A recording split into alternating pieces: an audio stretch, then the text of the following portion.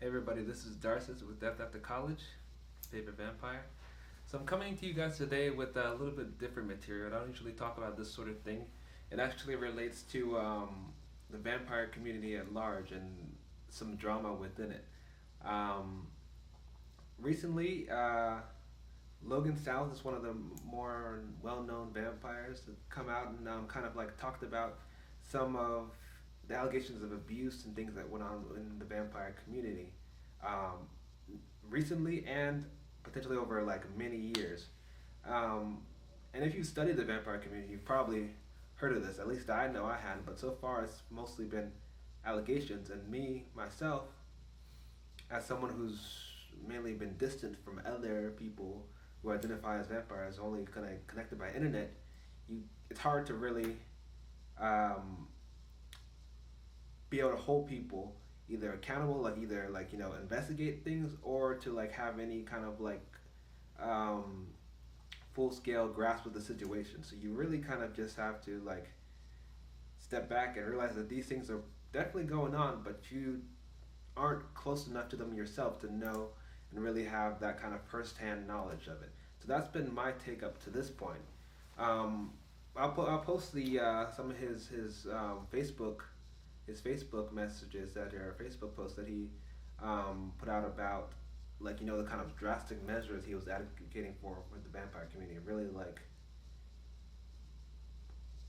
for lack of a better word, like taking out, opening the closets, getting all the secrets out of the closets or the coffins, and putting these ostracizing these folks that allegedly maybe did these things, and not only them, but like any products associated with them, any the things they've created, and that kind of opened a whole can of worms because some people were offended by that. It was like, is he attacking the whole vampire community at large? Is he kind of advocating violence or aggression? So it created a little bit of an online debate, which is nothing new for the vampire community. It like that's the thing. It's just so it's toxic. I mean, you put a bunch of egocentric goth enthusiasts, death worshiping people together in a so-called coven and in or community, and then I guess that's what you get. Um, so why is this important? Normally, I would just call it like internet venom. I wouldn't like I said, I'm not in proximity to either of these people. I don't know them in person, so it's kind of hard for me to weigh in.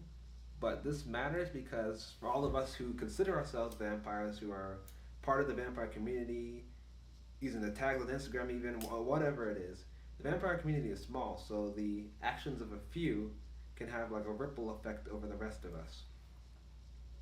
And so when you take that into account, that affects your reputation.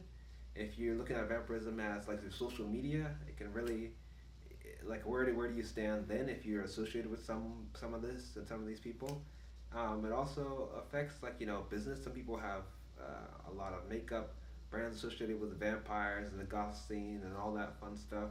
And whole parties like they're large scale events that hire a lot of people and a lot of people perform at who are associated with these people. So it brings all you can see the links. You see like how the actions of one can really create a lot of issues, or the actions of a few can create a lot of issues for the many. So you have to take that into account when you are part of a community. Um, I don't have a solution to this. And I don't intend to like present one ever at this point because like I said, I'm not fully involved.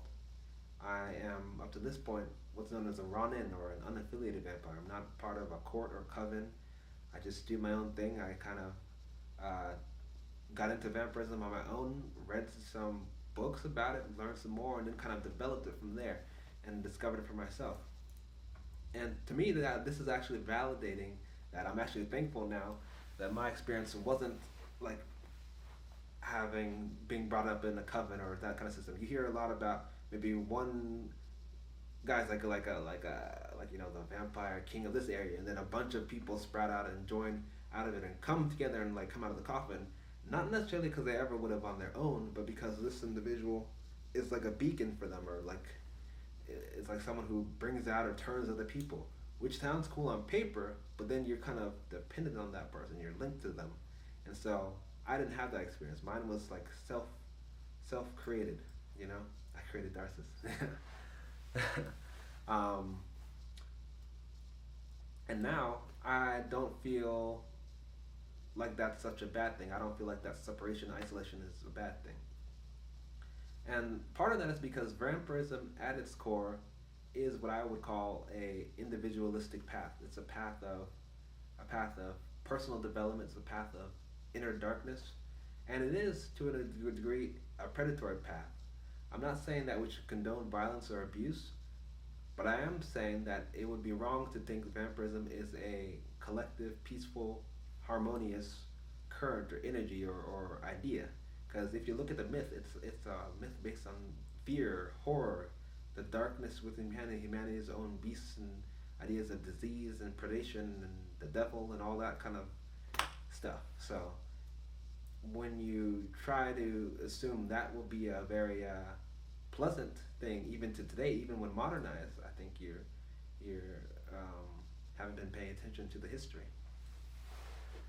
So what should we do? I'd say the best thing to do is continue to develop oneself and to be aware of any of those issues that may be out there. I'll continue to keep an open eye and continue to make more content so hopefully the vampire community can flourish. And you know, it's good that change is going on. If there needs to be a cleaning of house, then by all means, I won't be the one leading the charge, but I will definitely do what I can to um, facilitate that and hopefully usher in um, a new and more respective and open future where no one feels like they are being wrongly um, wrongly hurt by any others in the community. So thanks. It's been until we meet again.